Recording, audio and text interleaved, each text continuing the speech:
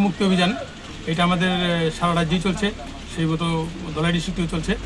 আর আজকে আমরা একটা সিক্রেট ইনফরমেশনের উপর বেস করে যখন আমরা গাড়ি সবগুলি সার্চ করছিলাম, পার্টিকুলার গাড়িটাকে আমরা যখন সার্চ করি তখন গাড়িটার মধ্যে থেকে গাড়ির যে তেলের ট্যাঙ্ক আছে ওটাতে প্রায় 9,24,000 ইয়াবা ট্যাবলেট লুকানো ছিল বিভিন্ন প্যাকেটগুলি আমরা উদ্ধার করেছি। এবং তারপর দুজনকে আমরা আরোপীকে আমরা ডিটেইন করেছি, একটা কেস রেজিস্টার্ড হবে। ওগুলো বাজার মূল্য বলতে প্রায় ধরুন 28 কোটি টাকার মতো।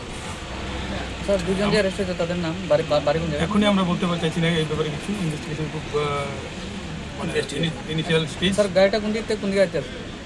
গাড়িটা